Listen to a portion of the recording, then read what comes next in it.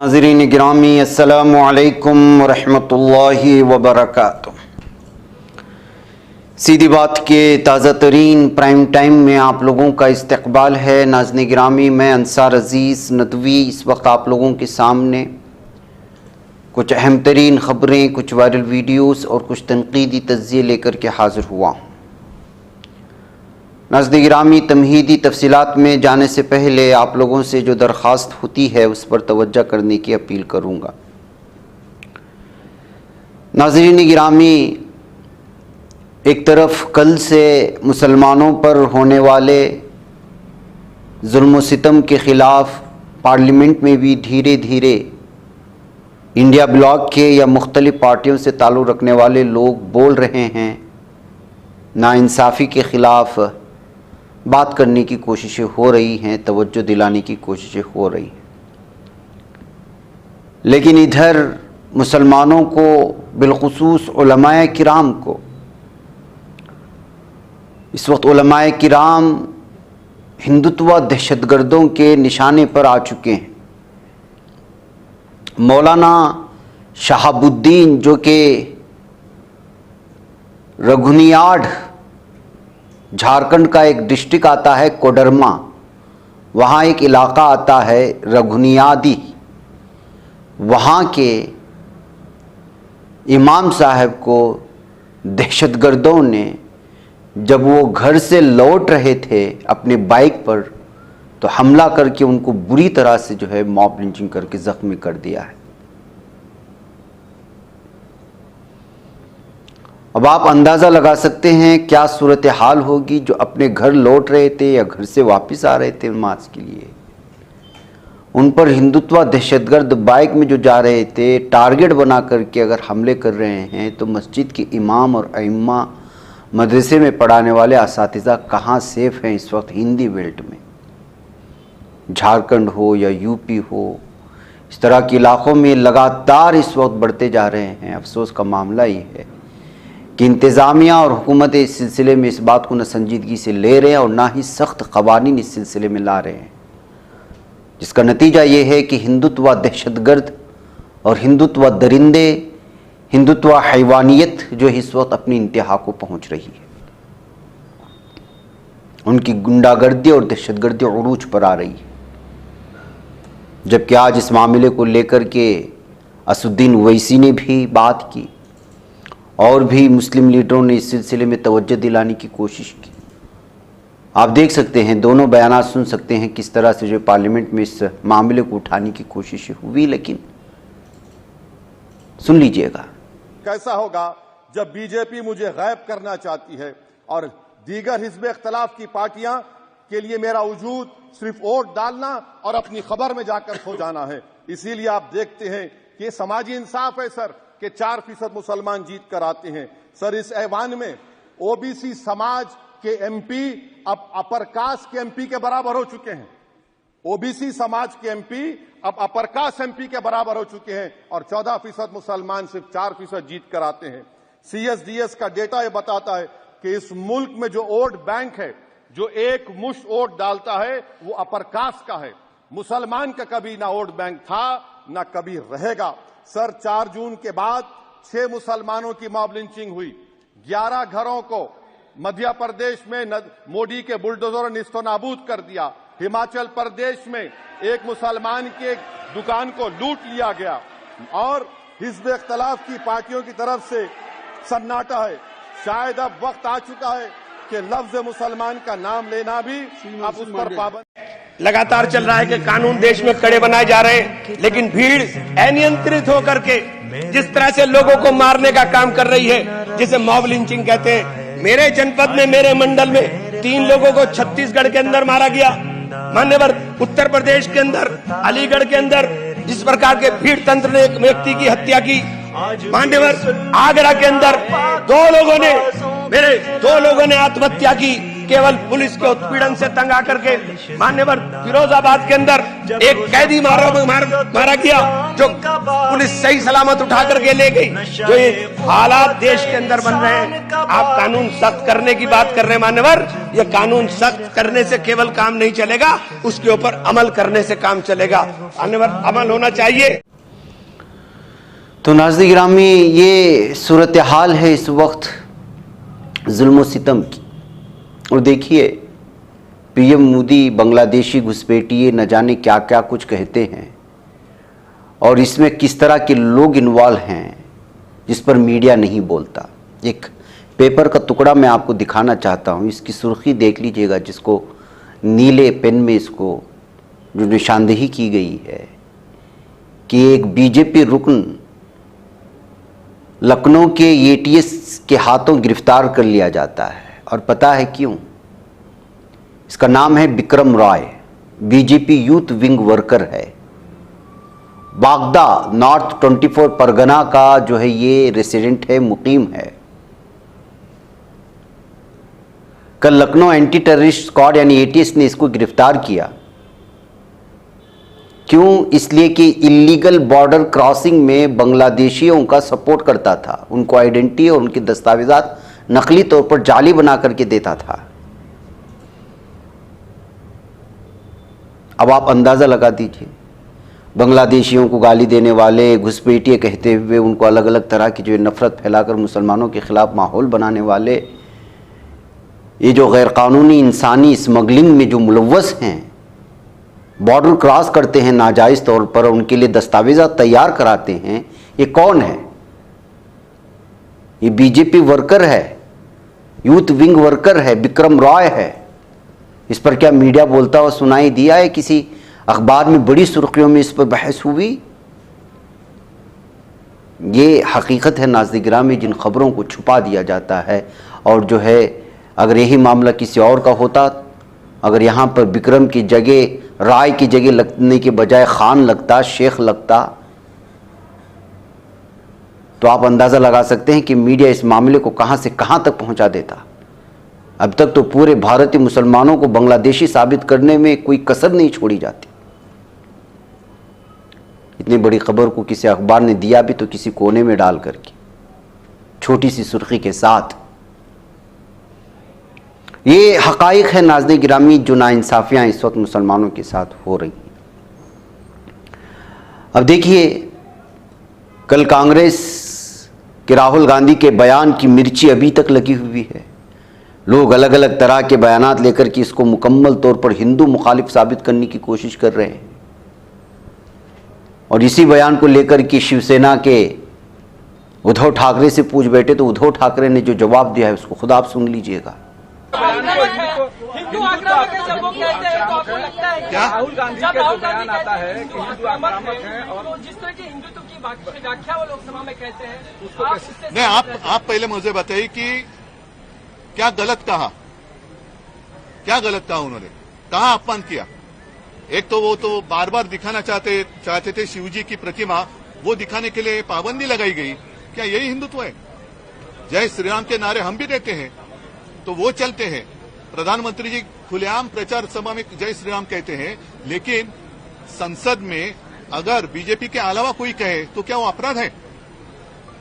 संविधान को लेकर के जिस तरीके से उन्होंने कहा जय संविधान, और उधर से घोषणाबाजी हुई, फिर महाराष्ट्र में विधान परिषद के भीतर जो हंगामा हुआ, इन दोनों को कैसे कनेक्ट करते हैं आप? नहीं, मैंने सारी बातें कही हैं कि ये सारी अगर मगर की बातें हैं। अगर आपको ऐसा लगता है कि कल राहुल जी ने हिंदुत्व का अपमान किया है तो मैं नहीं मानता, क्योंकि उन्होंने साफ स्पष्ट शब्दों में कहा जो बात मैं कहते आया हूं कि भाजपा यानी हिंदुत्व नहीं है। हम भी हिंदू हैं और हम में से कोई भी हिंदुत्व का अपमान करेंगे नहीं और हिंदुत्व का अपमान सहेंगे भी नहीं। और उसमें राहुल जी भी आते हैं जो अपमान करेंगे भी नहीं और सहेंगे भी नहीं। आज जो एक फेक नैरेटिव उन्हीं का शब्द है जो फैलाया जा रहा है कि बीजेपी मतलब ही हिंदुत्व नहीं, हमारा हिंदुत्व पवित्र है, हमारा हिंदुत्व बीजेपी तो उसके आसपास भी नहीं आ सकती। हिंदुत्व तो एक उन्होंने एक नकाब बनाया है लोगों को उल्लू बनाने के लिए।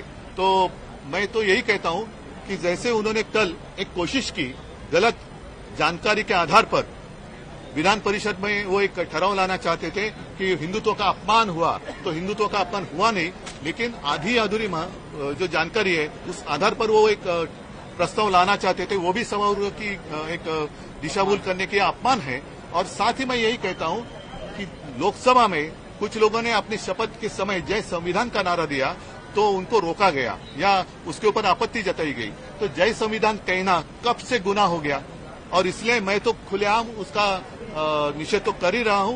मेरी विनती है दोनों जो हमारे सभागृह है कि आप भी जो कुछ वहां हुआ, जय संविधान कहने पर आपत्ति जताई, उनका निषेध करने का प्रस्ताव लाएं और वो मंजूर कर लोकसभा में भेजें।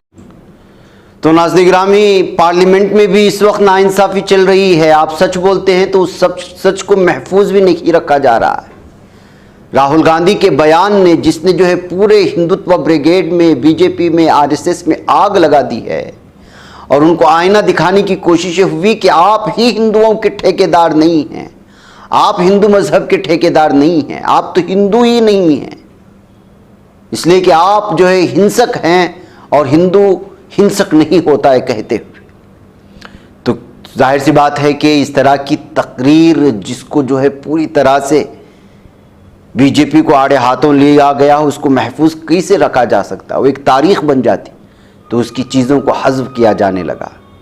राहुल गांधी की तकरीर के बाद पार्लियामेंट की कार्रवाई से 4 तबसरे हटा दिए गए। अक़लियतों के साथ नाइंसाफ़ी हो रही है, क्या मुसलमानों के साथ नाइंसाफ़ी नहीं हो रही? अफसोस का मामला ये है कि सिर्फ अक़लियत बोल कर के निकल जाते हैं, लेकिन अक़लियतों में तमाम कम्युनिटीज़ आती है, लेकिन सबसे ज़्यादा जो इस वक्त जुल्म का शिकार है वो मुसलमान हैं। सनअतकारों, अडानी और अंबानी का तस्करा ये भी हटा दिया गया। कोटा में पूरा इम्तिहान मरकज़ी है और अमीरों को फ़ायदा होता है, इसको भी हटा दिया गया। अग्निवीर स्कीम फौज की नहीं PMO की है, इसको भी हटा दिया गया।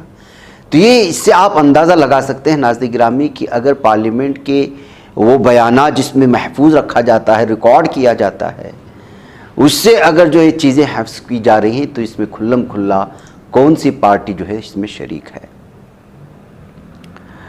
हाईकोर्ट के जज का एक अजीबोगरीब तरीन तबसरा आया है, जिसको लेकर के भी इस वक्त जो है तबसरे शुरू हो चुके हैं नाज़रीन गिरामी, और वो है इलाहाबाद हाईकोर्ट का। इलाहाबाद हाईकोर्ट ने तब्दील मजहब के सिलसिले में बहुत संगीन तबसरा किया। अदालत ने कहा कि अगर मजहबी इज्तिमाआत में तब्दीली मजहब का रुझान जारी रहा तो एक दिन हिंदुस्तान की अक्सरियती आबादी अक़लियत में तब्दील हो जाएगी। हाईकोर्ट ने कहा मजहबी तब्दीली के लिए मजहबी इज्तिमाआत पर फौरी पाबंदी लगाई जानी चाहिए। ऐसे वाक़यात आइन के आर्टिकल 25 के तहत मजहबी आज़ादी के हक़ के ख़िलाफ़ हैं। ये मजमून किसी को भी पैरवी करने, इबादत करने के साथ साथ अपने मजहब की तबलीग करने की आज़ादी देता है। उत्तर प्रदेश में एक केस में दायर जमानत की दरख्वास्त को मुस्तरद करते हुए अदालत ने कहा मजहब का प्रचार करने की आज़ादी किसी को मजहब तब्दील करने की इजाज़त नहीं देती। ये बात सामने आई कि उत्तर प्रदेश में मजहबी तकरीबात के ज़रिए मासूम गरीब लोगों को गुमराह करके ईसाई बनाया जा रहा है। ऐसे में मजहब की तब्दीली के इल्ज़ाम की संगीनी को देखते हुए दरख्वास्त गुजार को ज़मानत पर रिहा नहीं किया जा सकता।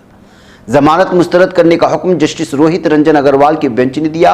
इस मामले में अदालत ने मौज़े हमीरपुर के रहने वाले और हिंदुओं को ईसाई बनाने के इल्ज़ाम में कैलाश की दरख्वास्त जमानत मुस्तरद करते हुए इस तरह का फैसला सुनाया था।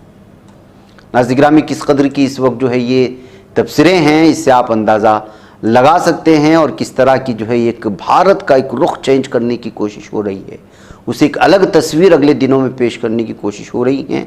इस तरह के फैसलों से भी हम लोग अंदाज़ा लगा सकते हैं। ईसाई की बात हो रही थी, तो मैं बात कहूँ कि आपको पाकिस्तान की एक अदालत ने एक ईसाई को सोशल मीडिया पर इहानत इस्लाम वाली पोस्ट करने पर सजाए मौत सुना दी है, जिसकी वजह से ये खबर भी इस वक्त अलग अलग तबसरों और तनकीदों के जद में आ चुकी है। अगस्त 2023 में ज़िला फैसलाबाद की तहसील जिड़ावाला में, जो सूबे दारहुकूमत लाहौर से तकरीबन 130 किलोमीटर दूर वाक़ है, बरहम भीड़ ने कम से कम 24 गिरजाघरों और ईसाइयों के 80 से ज़ायद मकानों को आग लगा दी थी। ये भीड़ उस खबर पर बरहम थी कि 2 ईसाइयों ने कुरान की बेहरमती की है। पुलिस ने 200 से ज़ायद मुसलमानों को हिरासत में लिया था, लेकिन उनमें एक को भी ताहाल खाते करार नहीं दिया गया। इनमें 188 को अदालत ने सबूत ना मिलने पर जमानत पर रिहा किया। इंसदाद दहशतगर्द अदालत के जज साहिबवाल ज़ियाउल्लाह खान ने हफ्ते के दिन अहसन राजा मसीह को सजाए मौत सुनाए और 10 लाख रुपये जुर्माना आयद कर दिया। अब इससे अंदाज़ा लगा सकते हैं कि उस वक्त जो मामला हुआ था और वो ख़बर को लेकर के पूरी दुनिया में पाकिस्तान की जो छवि ख़राब करने की कोशिश हुई थी, ये सारी चीज़ें आप लोगों के सामने। नाज़रीन गिरामी, बरसात के मौसम में अलग अलग तरह की वीडियोस वायरल होना शुरू हो जाती हैं। रत्नागिरी की सड़क पर 8 फीट लंबा मगरमच्छ नज़र आया तो लोगों में एक तो सनसनी फैली ही फैली, लेकिन वीडियो बनाने वालों ने इस वीडियो को बनाकर के खूब इस सिलसिले में जो है चर्चे में आए। महाराष्ट्र के रत्नागिरी में मगरमच्छ अपने कुदरती मस्कन से बाहर निकला, उसे सड़क पार करते हुए देखा गया। उसे देखते ही लोगों में खौफ हरास की लहर दौड़ी। ताहम कई लोगों ने जो है इसको पूरी तरह से पानी की तरफ जाते हुए अपने मंजिल की जानिब बढ़ते हुए देखा। एक खौफनाक मंजर कई लोगों के मोबाइल फ़ोन कैमरों में कैद भी हो गया। 8 फीट लंबा मगरमच्छ रत्नागिरी में शदीद बारिश के बाद करीबी शिवा नदी से पानी के तेज़ बहाव में बहकर सड़क पर आ गया था और रास्ते में भटक गया। इस पर शेयर की गई वीडियो के कैप्शन में लिखा गया कि रत्नागिरी में मोटरसाइकिल सवारों का एक मगरमच्छ से सामना हुआ जो इतवार को शदीद बारिशों के बाद सड़क पर भटक गया था। नाज़रीन गिरामी, मेलबोर्न हवाई अड्डे पर हिंदुस्तानी नजाद नौजवान खातून की हवाई जहाज़ में अचानक मौत होने की वजह से भी यह खबर सुर्खियों में आई है। वो 4 साल बाद अपने ख़ानदान से मिलने हिंदुस्तान जा रही थी। खातून की शनाख्त 24 साल मनप्रीत कौर के तौर पर हुई है, जो हिंदुस्तान के लिए मेलबोर्न के एक एयरपोर्ट से कद्दास एयरलाइन की फ़्लाइट में सवार हुई। ताहम इससे पहले कि जहाज़ टेक ऑफ करता हुआ अपनी नशिस्त पर ढेर हो गई। अरकान अमला ने इसे फौरी तौर पर तिब्बी इमदाद फराहम की, ताहम उसे बचाया नहीं जा सका है। नाज़रीन गिरामी, राहुल गांधी के कल के अलग अलग तरह की वीडियो शाये हो रहे हैं, वायरल हो रहे हैं, उस पर तबसरे हो रहे हैं। इसमें से एक जो है कुरान की आयत को पेश करना हो या बीजेपी को, एक अहम तरीन उनकी एक वीडियो भी कल वायरल हुई और वो है राहुल गांधी ने कहा कि स्पीकर वज़ीर-ए-आज़म नरेंद्र मोदी के सामने सर को क्यों झुकाया। जब हाथ मिलाते हैं तो उनके सामने सर झुकाते हैं, मुझसे मिलाते हैं तो पूरा सीना तान के। तो कायद अपोजिशन राहुल गांधी और स्पीकर ओम बिरला के दरमियान पीर के दिन लोकसभा में बहस तकरार हो गई। कांग्रेस कायद ने सवाल किया कि स्पीकर ने वज़ीर-ए-आज़म नरेंद्र मोदी के सामने सर को क्यों झुकाया। स्पीकर ने जवाब दिया कि उन्होंने बड़ों के आगे सर खम करने की रिवायत बरकरार रखी। राहुल गांधी ने ताहम कहा कि स्पीकर ऐवान में सबसे बड़ा कायद होता है। सदर जमहूरिया के खुतबे पर तहरीक के तशक्कुर पर बहस में हिस्सा लेते हुए राहुल गांधी ने 18वीं लोकसभा की पहली बैठक का जिक्र किया जिसमें स्पीकर का इंतखाब अमल में आया था और उस वक्त जो है वो राहुल गांधी से सीना तानते हुए और पीएम मोदी से जो है सर झुकाकर मुलाकात करते हुए नजर आ रहे थे। इसी को उन्होंने तनकीद के जद में कह करके कहा कि इस ऐवान में तो सबसे बड़े आप हैं, आपने पीएम मोदी के सामने सर को क्यों झुकाया। नाज़रीन गिरामी, स्पेन के दारहुकूमत मेड्रिड से जनूबी अमरीकी मुल्क यूरुग्वे के दारहुकूमत मोंटे वीडियो जारी हुए है। एरो यूरोपा का तैयारा परवास के दौरान शदीद तूफान में फंस जाने से इसमें सवार तकरीबन 40 अफराद के ज़ख्मी होने की खबरें आ रही हैं, जिसके बाद तैयारे को हंगामी तौर पर ब्राज़ील में लैंडिंग करनी पड़ी। ब्रिटिश ब्रॉडकास्टिंग कॉरपोरेशन BBC ने एयरलाइन के हवाले से एक रिपोर्ट में इत्तला दी है। एयर यूरोपा की परवाज UX054 मेड्रिड से मोंटे वीडियो जा रही थी, जिसमें 325 मुसाफिर सवार थे। जैसे ये बोइंग 7787 ड्रीम लाइनर तैयारा बहरे ओकियानूस को उबूर करके ब्राज़ील के साहिल पर पहुंचने वाला था कि तूफ़ान की जद में आ गया।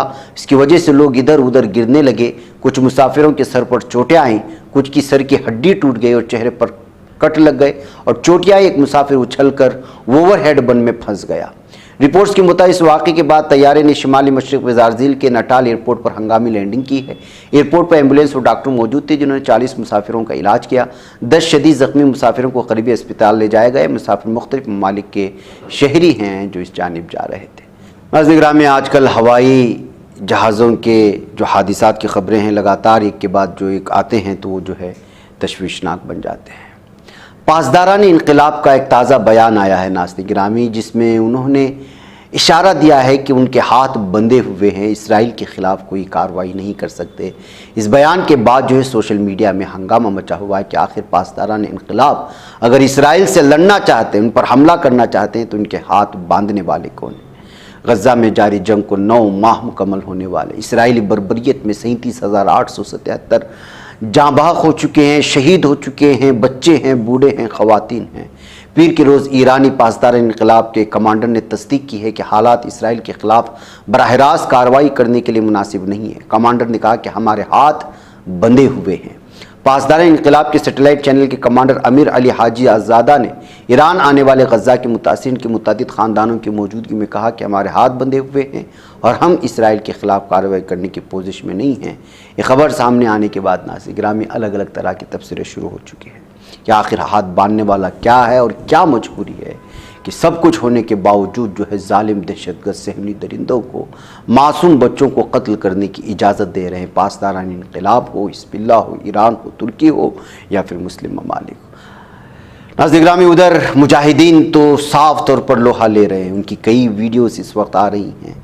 लगातार जो है इन सहनी दरिंदों को अलग अलग हालात में उनको जहन्नम वासिल करने की, कभी घरों में जिस घर में पनाह लेते उस घर को जो है पूरी तरह तबाह बर्बाद करके जो है दसियों की तादाद में इन जो है फ़ौजियों को, इन सहनी दरिंदों को जो है जहन्नम हासिल करते। ऐसी ही जहाँ पर ताज़ा वीडियो इस वक्त आप देख रहे हैं जिसमें इन सहनी दरिंदों के टैंकर्स को उनको सब निशाना बनाने की ये वीडियोस हैं। तो वहीं पर नाज़रीन गिरामी वस्ती गज़ा में इसराइली हमले में 3 इसराइली फ़ौजी अफसर हलाक होने और 11 अफसरों के जो है इस वक्त ज़ख्मी होने की खबरें आ रही हैं। क़बल अज़ीं अबरानी मीडिया ने इत्तला देते हुए वस्ती गज़ा के पट्टे में नुसैरात कैंप के आसपास फ़िलिस्तीनी मुज़ाहमतकारों की तरफ से लड़ाई और हमले के दौरान मुतअद्दिद फ़ौजी ज़ख्मी हुए, जिनमें 3 शदीद ज़ख्मी बताए गए। गुज़िश्ता रात इसी तरह के ज़राए ने नेटरज़म के महवर में उसकी तफसीलात ज़ाहिर किए बगैर एक संगीन सिक्योरिटी वाक़े की बात कही। क़ाबिज़ फ़ौज के हेलीकॉप्टर को हलाक और ज़ख्मियों को मुंतकिल करते देखा गया। क़ाबिज़ फ़ौज ने मंगल की सुबह ऐलान किया कि गुज़िश्ता 2 दिनों के दौरान उसके 44 फ़ौजी ज़ख्मी हुए हैं, जिनमें गज़ा की पट्टी में 14 फ़ौजी भी शामिल हैं, जिससे जंग के आगाज़ से अब तक इसराइली फ़ौजियों की ज़ख्मी होने वालों की तादाद 4021 हुई। लेकिन ये ऐसी ही इनकी रिपोर्ट है। हकीकत यह है कि गुज़िश्ता 24 घंटे के दौरान कई सहनी फ़ौजी जहन्नम वासिल कर दिए गए हैं और ये तादाद जो इस वक्त 22 ज़ख्मी होने की बताई जा रही है, 11 ज़ख्मी होने की, दरअसल इसकी तादाद बहुत बड़ी है। इसलिए कि जो है जिस तरह से मुजाहिदीन हर दिन यहाँ उन पर हमला करने की वीडियोस जारी कर रही है, इससे साफ जाहिर होता है कि हर दिन कई जो है ये सहयूनी कुत्ते जहन्नम हासिल हो रहे हैं और बड़ी तादाद में। वह गए नाज़रीन गिरामी मुझे यहाँ पर इजाज़त दें, इंशाल्लाह फिर मुलाकात होगी। अस्सलामु अलैकुम रहमतुल्लाहि व बरकातहू। बच पाता है कोई सहाफ़ी की निगाहों से, मिलाता है ये लोगों को मोहब्बत की पनाहों से। करम और दर्द मंदी का है एक संसार सीधी बात। अज़ीमत जुर्अतो हिम्मत का है इज़हार सीधी बात। अज़ीमत जुर्अतो हिम्मत का है इज़हार सीधी बात। ये चैनल हक निगर बनकर कुचल देता है फितनों को।